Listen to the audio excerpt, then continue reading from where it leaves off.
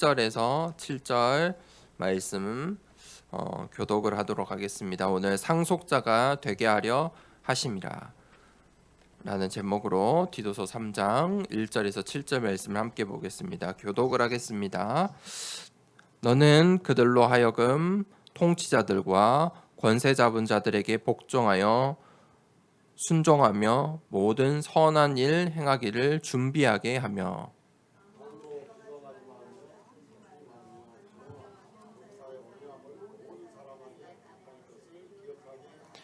우리도 전에는 어리석은 자요 순종하지 아니한 자요 속은 자요 여러 가지 정욕과 행락의 종노릇한 자요 악독과 투기를 일삼은 자요 가증스러운 자요 피차 미워한 자였으나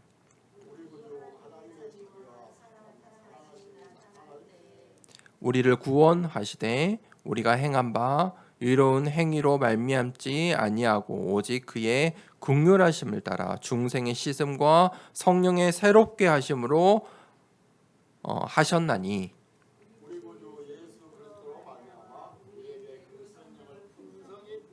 함께 7절 읽겠습니다. 우리로 그의 은혜를 힘입어 의롭다 하심을 얻어 영생의 소망을 따라 상속자가 되게 하려 하심이라. 아멘. 상속자가 되게 하려 하심이라 라는 제목으로 함께 말씀을 나누겠습니다. 서론에 우리가 오늘 이 자리에 지금 이 시간 내가 하나님의 말씀을 듣는 이 시간이 하나님께서 나를 부르셨다는 가장 중요한 증거이고 또 나의 가장 큰 축복입니다. 그것을 보고 소명이라고 합니다. 소명은 무엇이냐면 하나님께서 나를 부르신 것입니다. 하나님께서 창세전에 예정대로 나를 부르셨습니다. 예정하신 대로 나를 부르셨어요. 내가 오늘 하나님을 믿기로 선택하였고 내가 영접했고 내가 교회에 나오고 내가 오늘 이 말씀 앞에 선 것이 아니고 하나님께서 나를 부르셨다. 그래서 내가 하나님의 자녀가 된 것입니다. 자녀라는 것은 내가 누구의 자녀가 되고 싶어서 되는 것이 아닙니다. 그렇죠? 나의 부모를 바꿀 수가 없어요. 나의 부모를, 나의 조상들을, 나의 나라를 바꿀 수가 없다니까요. 거기에 그 속에 하나님의 모든 섭리가 담겨져 있어요. 그렇죠. 나는 하나님의 자녀예요. 하나님께서 그렇게 나를 부르셨어요. 내가 렘넌트고 내가 중직자고 내가 목회자고 내가 선교사예요. 왜요? 하나님께서 나를 그렇게 부르셨어요. 그게 소명이고 그것이 내가 받은 축복의 시작이에요. 하나님이 나를 부르셨다. 그런데 하나님께서 나를 부르실 때 이유가 있어요. 그것이 바로 언약이에요. 하나님께서 나를 부르신 이유를 정확하게 붙잡아야 돼요. 그게 정확한 언약이에요. 정확한 언약은 어떻게 붙잡을 수 있습니까? 하나님의 말씀 속에서 붙잡을 수 있어요. 내 인생 속에서, 내 생각 속에서 내가 하고 싶은 것, 내가 이루고 싶은 것이 아니라 하나님의 말씀 속에 나의 인생이 답이 있다니까요.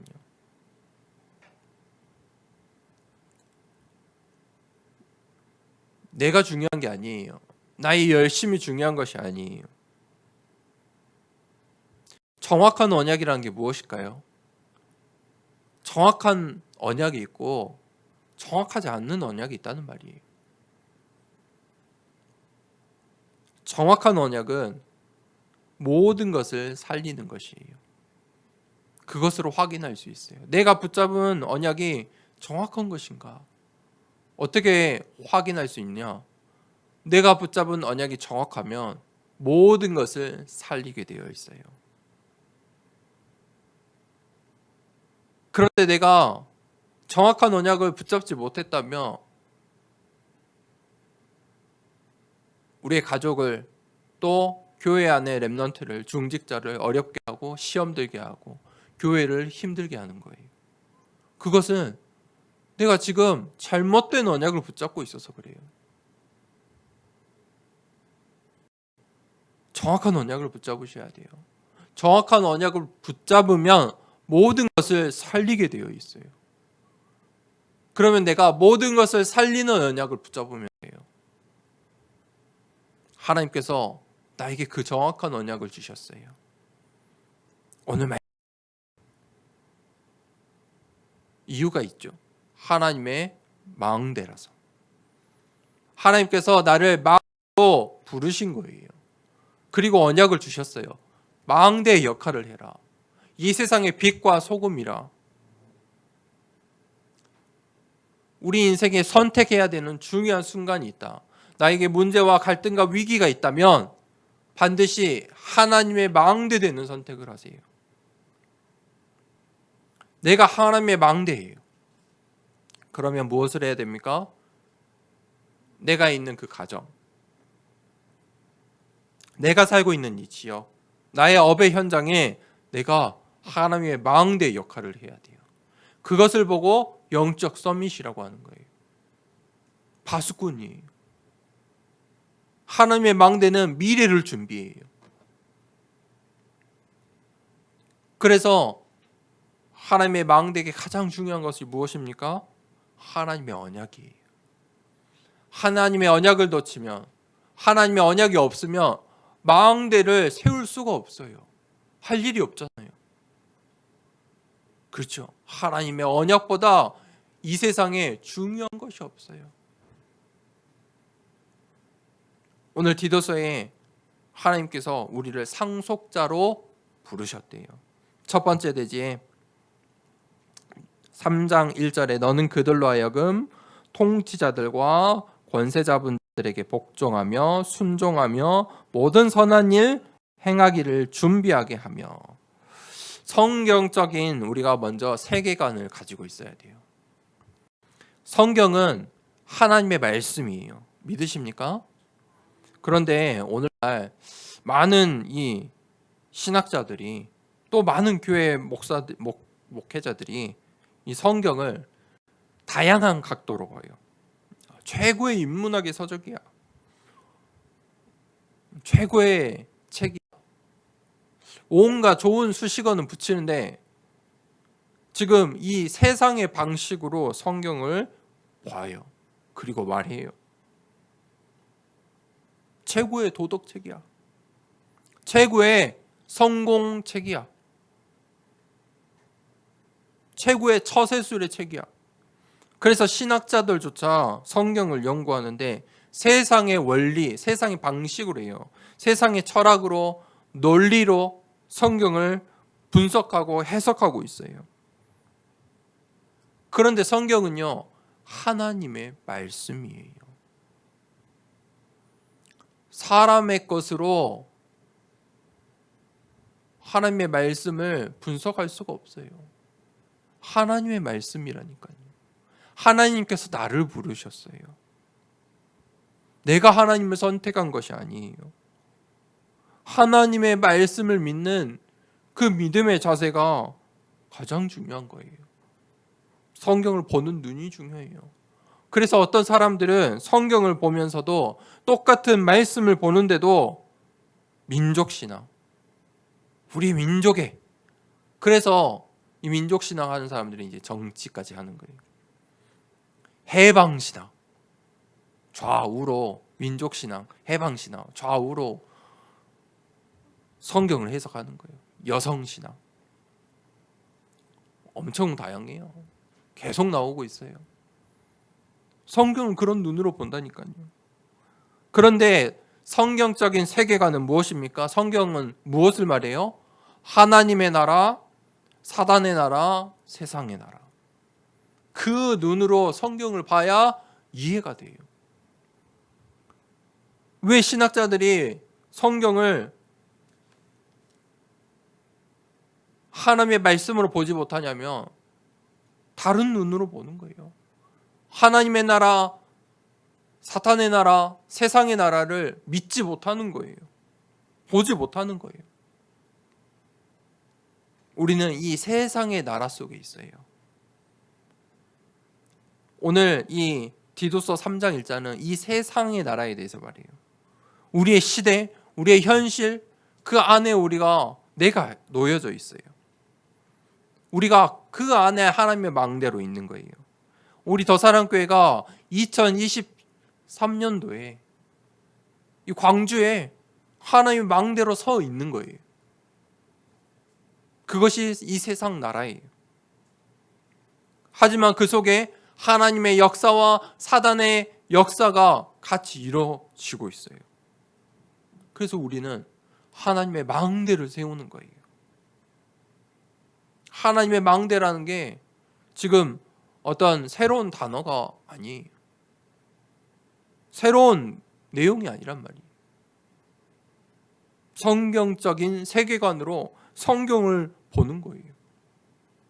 오늘 이 그레데 섬에 있는 이 디도에게 보낸 편지 아닙니까? 그레데 섬을 향한, 그 그레데 사역을 향한 바울의 영적인 눈이 디도가 봐야 될 이 세상의 나라예요. 3장 1절에 무엇이 나옵니까? 국가의 통치자들과 권세 잡은 자들, 그들에게 복종하고 순종하라. 지금 이 그레데 섬은 이 로마의 지배를 받고 있어요. 그런데 디도서에 그랬죠. 그레데 사람이 어떤다고 표현을 했죠? 다혈질이고 게으르다. 무슨 말입니까? 그들이요 늘 이 로마를 향해 소란을 피우고 폭동을 일으켰어요. 가만히 있질 않는 거예요. 다혈질인 이유가 있고 역사적인 증거들이 있는 거예요. 그러니까 그 현장을 향해서 이 그레데 섬의 성도들에게 국가의 통치자들과 권세자분들에게 복종하고 순종하라고 말하고 있어요. 현장을 보는 눈. 왜 그렇습니까? 왜 그렇게 복종하고 순종해야 됩니까? 이 세상 나라에 우리는 하나님의 망대로 서 있기 때문이에요. 나의 현장은 간단한 게 아니에요. 시대 속에 있어요. 역사 속에 있어요. 그 흐름 속에 있어요. 하나님께서 오늘 이 시간, 오늘 이 순간 나에게 맡기신 현장이에요. 그레데 섬을 오늘 디도에게 맡기신 거예요. 바울이 오늘 디도에게 편지를 쓰는데 그 마음으로 이야기해요. 디도야, 너가 그레데 섬의 하나님의 망대야. 왜 국가와 이 권세자들과 순종하고 복종하라고 합니까? 선한 일을 행해야 하니까. 복종하고 순종하지 못하면 선한 일을 할 수가 없어요. 선한 일이 무엇입니까? 사람들은 이 성경 속의 이 선한 일을 잘못 오해해요. 착한 일이라 생각해요. 그런데 이 착한 일이란 것조차 나라마다 다 달라요. 우리는 착한 일을 하는데 어느 민족에 가면 그것이 나쁜 일이 될 수도 있어요. 선한 일이 도덕이라고 생각해요. 윤리라고 생각해요. 율법이라고 생각해요. 나눔이라고 생각해요. 봉사라고 생각해요. 아니에요. 선한 일은 무엇입니까? 하나님 나라의 관점으로 보면 하나님 나라의 일이에요. 그것이 가장 큰 선이에요. 선한 일이 무엇이라고요?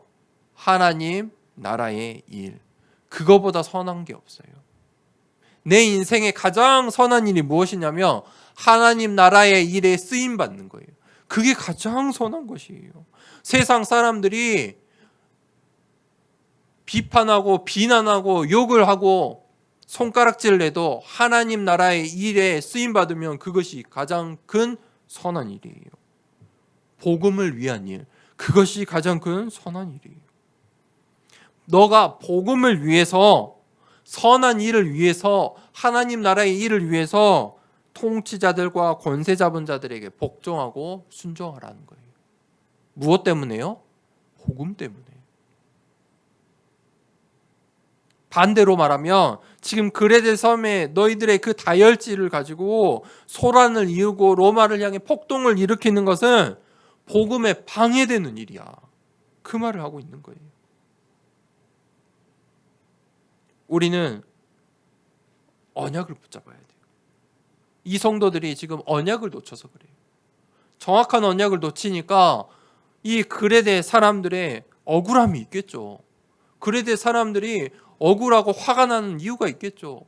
그런데 그것을 언약으로 붙잡으니까 로마를 향한 통치자들과 권세자들에게 분노를 표하고 복종하지 아니하고 다투고 폭동을 일으키는 거지요.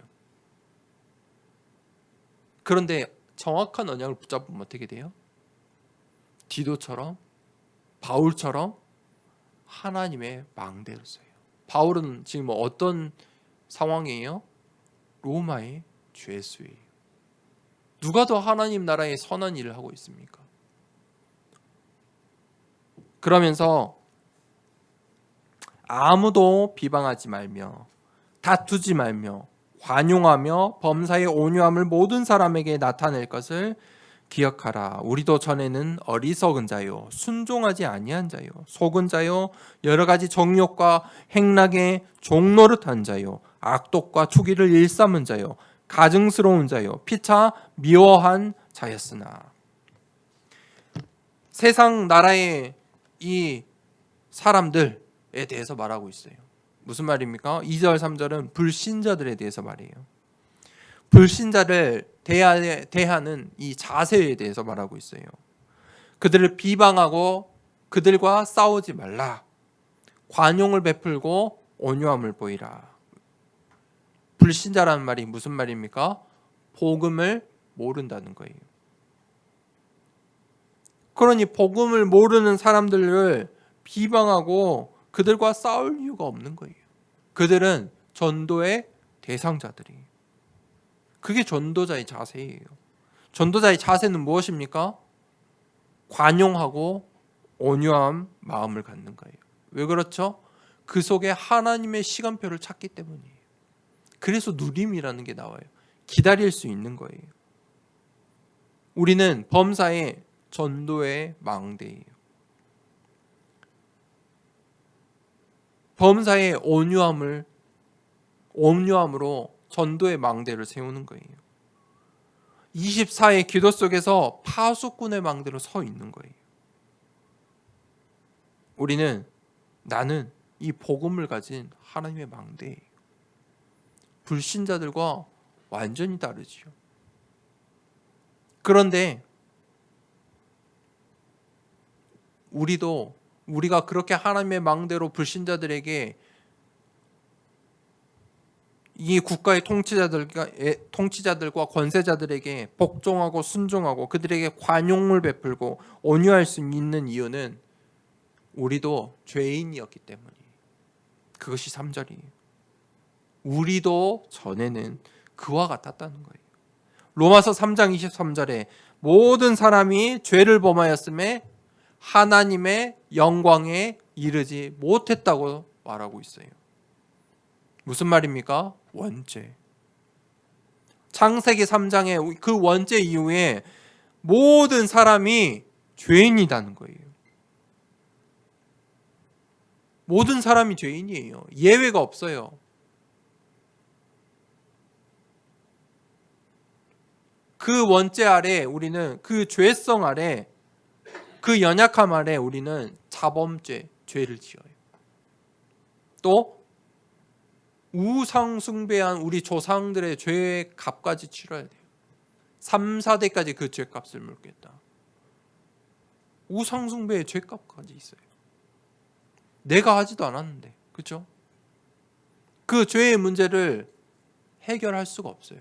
그 죄와 저주의 문제를 해결할 수가 없다니까요. 그 아래에서 살아가게 돼요. 살아왔어요. 그래서 3절에 종 노릇하는 인생이라. 무슨 말입니까? 세상 나라에서 우리는 사단 나라의 종 노릇하는 인생으로 살 수밖에 없어요. 복음을 모른다면 복음을 놓치면 우리도 전에는 그러한 인생인 거예요. 죄 가운데 살 수밖에 없는 인생인 거예요. 보세요. 이게 성경적인 세계관이에요. 바울이 오늘 이 그레데의 섬을 본 바울의 영적인 눈이에요. 세상 사람들이 이 세상의 나라가 이 사단의 나라 그 가운데 종노릇하고 있다. 그러면 우리가 어떻게 하나님 나라에 일을 하고 하나님의 망대를 세울 수 있겠느냐? 지금 그 말을 하고 있잖아요. 우리가 하나님의 망대로 설 수 있는 이유가 있어요. 서야 되는 이유가 있어요. 그게 오늘 제목이에요. 하나님께서 나를 상속자로 불러주셨어요. 그것이 오늘 4절부터 7절이에요. 우리 구주 하나님의 자비와 사랑하심이 나타나실 때 우리를 구원하시되, 성삼위 하나님께서 우리를 구원하셨어요. 그것이 하나님의 자비와 사랑이에요. 5절에 6절에 우리가 행한 바 의로운 행위로 말미암지 아니하고 오직 그의 긍휼하심을 따라 중생의 씻음과 성령의 새롭게 하심으로 하셨나니 우리 구주 예수 그리스도로 말미암아 우리에게 그 성령을 풍성히 부어주어, 예수 그리스도로 말미암아 구원을 얻고 우리에게 성령을 부어주셨다. 그게 성삼위 하나님의 사역이에요. 하나님 나라의 일이에요. 우리를 구원하시되,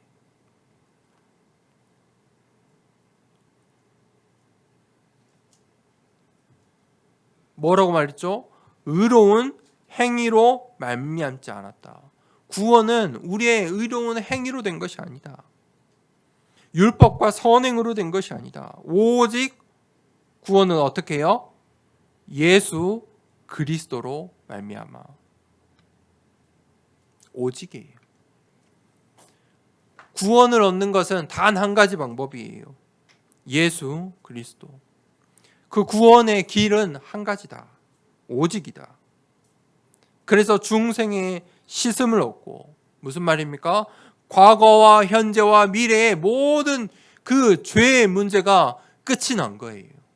언제요? 구원받을 때. 그리고 성령을 주신다. 무슨 말입니까? 새 사람을, 이 새 사람의 옷을 주신 거예요. 성령으로 새롭게 하시는 거예요. 성령을 풍성히 부어주신다. 성령을 나에게 풍성히 부어주세요.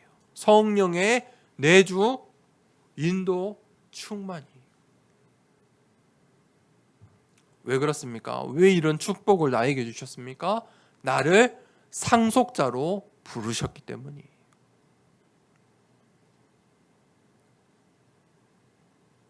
우리로 그의 은혜를 입어 의롭다 하심을 얻어 영생의 소망을 따라 상속자가 되게 하려 하심이라. 아멘. 나는 하나님의 상속자예요. 우리 같이 한번 해봅시다. 나는 하나님의 상속자다. 나는 하나님의 상속자예요. 상속자라는 말이 무엇인지 아십니까? 상속자? 다 상속자가 되어 보셨고 이제 되실 거죠?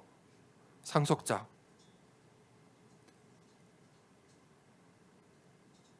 우리의 부모님이 이 사망을 하면 이 상속이 시작이 돼요.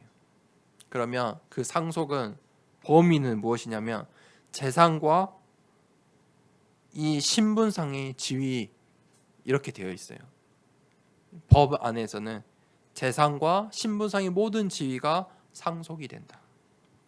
그래서 이 상속을 포괄적인 승계다. 그것이 상속자예요. 나는 하나님 자녀예요. 그래서 내가 하나님의 상속자인 거예요. 하나님 나라의 것이 나에게 주어져요. 천국의 것이 나에게 주어져요. 하나님의 것을 우리가 찾는 이유가 있어요. 하나님의 형상을 회복해야 되는 이유가 있어요. 그것이 나의 것이에요. 내가 하나님 나라의 상속자예요. 그것을 보고 영생의 소망을 따라. 영생은 무엇입니까? 이 땅에 없어요. 사람이 흉내를 낼 수도 없어요. 사람들이 그것을 가지고 싶어 했으나 사람들이 돈을 가지고 그 다음에 권력을 가지고 싶고 그 다음 가지고 싶은 게 영생이에요. 하나도 잘 이해가 안 되시겠지만 돈을 가지고 권력을 가지고 그 다음은 영생이에요. 돈과 권력을 가진 사람은 늘 이제 영생을 쫓아요. 그런데 이 우리의 역사를 봐도 오늘날에도 영생을 사람이 흉내 낼 수 있어요? 없어요. 영생은 하나님의 것이에요. 하나님의 형상이에요. 그 영생의 소망을 누구에게요? 하나님의 상속자들에게 주신 거예요. 세상 사람들은 돈과 권력으로 영생을 얻고 싶지만 얻을 수가 없어요. 1%의 사람들은, 한국의 1%, 세계 1%는 다 이 영생을 쫓는다니까요. 그런데 거기에 답이 없어요. 미안하지만 그 사람들은 상속자가 아니에요. 우리는 천국 시민권을 가진 자예요. 그게 영생의 소망이에요. 그게 구원의 축복이에요. 구원의 축복을 기억하세요. 오늘 서론에 뭐라고 했습니까? 하나님께서 나를 부르셨다. 그 소명이에요. 그게 내 인생의 시작이에요. 하나님께서 나를 남을 자로, 남길 자로, 상속자로 부르신 거예요. 결론입니다. 그래서 내가 오늘 디도가 그레데섬에 하나님의 망대로 선 것처럼 나의 현장에 하나님의 망대를 세워야 돼요. 이유가 있어요. 하나님의 언약은 반드시 성취되기 때문이에요. 이게 각인이 되어야 돼요. 뭐라고요? 하나님의 언약은 반드시 성취된다. 이게 이 세상의 논리로는 이해가 안 돼요. 그러니까 이게 때로는 불신앙이 될 때도 있어요. 문제와 위기를 만나면 문제가 크게 보이고 위기가 크게 보이고 내가 지금 선택해야 될 것이 더 갈등될 수 있어요. 그런데 그때마다 놓치지 마세요. 하나님의 언약은 반드시 성취된다. 나의 언약과 이 세상의 언약과 이 세상 나라의 통치자들과 권세자들의 그 언약과 비교할 수가 없어요. 하나님의 언약은 절대예요. 반드시 성취돼요. 그 언약이 하나님의 말씀, 강단을 통해 나에게 전달되고 있는 거예요. 그래서 우리가 두 번째, 절대 언약을 붙잡으라는 거예요. 위기가, 문제가, 갈등이 그 언약과 비교할 수가 없어요. 비교할 수가 없어요. 언약이 훨씬 더 분명한 것이에요. 정확한 것이에요. 절대예요. 그러니까 우리는 속지만 않으면 돼요. 그러니까 지금 우리는 뭐 하면 되냐? 그 언약 속에 있으면 돼요. 언약의 흐름 속에만 있어도 돼요. 하나님의 시간표는 반드시 와요. 하나님의 시간표는 반드시 성취되게 되어 있어요. 세 번째, 그래서 우리가 뭐 하면 되냐? 바울이 오늘 디도에게 무슨 말을 하냐? 그레데섬에 하나님의 망대, 전도의 망대를 세워라. 오늘 지금 세상 나라의 이 현장을 이야기하잖아요. 너가 그곳에서 복음 때문에 전도의 망대를 세워. 통치자들과 권세자들과 그들을 복종하고 순종하고 불신자들에게 관용을 베푸고 온유함을 베풀어. 왜요? 너는 하나님의 망대야. 전도의 망대를 세워. 전도의 망대가 무엇입니까? 교회를 살리는 것, 목회자를 살리는 것, 렘넌트를 살리는 것이에요. 그것이 하나님이 원하시는 망대예요. 모든 것을 살리는 하나님의 절대 언약을 붙잡는 한 주간 되길 축복합니다. 이 시간에 말씀을 붙잡고 기도하겠습니다. 하나님, 나를 불러주심에 참으로 감사합니다. 정확한 언약, 절대 언약을 붙잡고 하나님의 망대, 전도의 망대 세우는 인생 되게 하여 주시옵소서. 모든 것을 살리는 망대 되게 하여 주시옵소서. 하나님의 상속자의 인생 되게 하여 주시옵소서. 우리 말씀을 붙잡고 함께 기도하도록 하겠습니다. 하나님 아버지,